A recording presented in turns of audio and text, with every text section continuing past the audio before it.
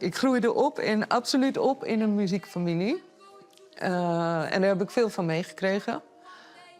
Maar ik heb vanaf dat ik heel klein was al steeds zo heel dwars was ik van... ja, maar ik wil theater.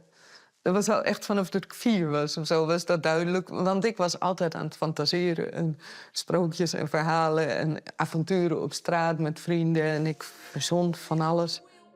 Dit is iemand die drijft altijd alles helemaal tot het eind toe door. En dat is haar gouden kwaliteit, is dat. En dat is ook hetgeen waar ik absoluut niet tegen kan.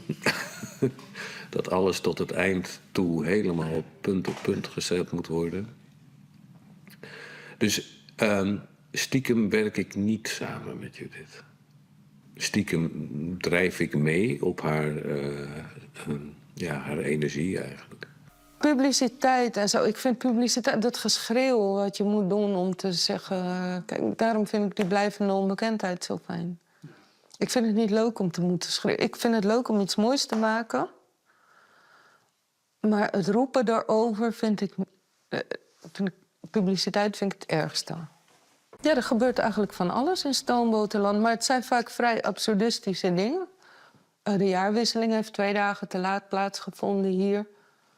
Ik werd op een bepaald moment jarig en bleek een jaar jonger geworden te zijn. Dingen zijn een beetje surrealistisch, absurdistisch, waar ik erg van hou.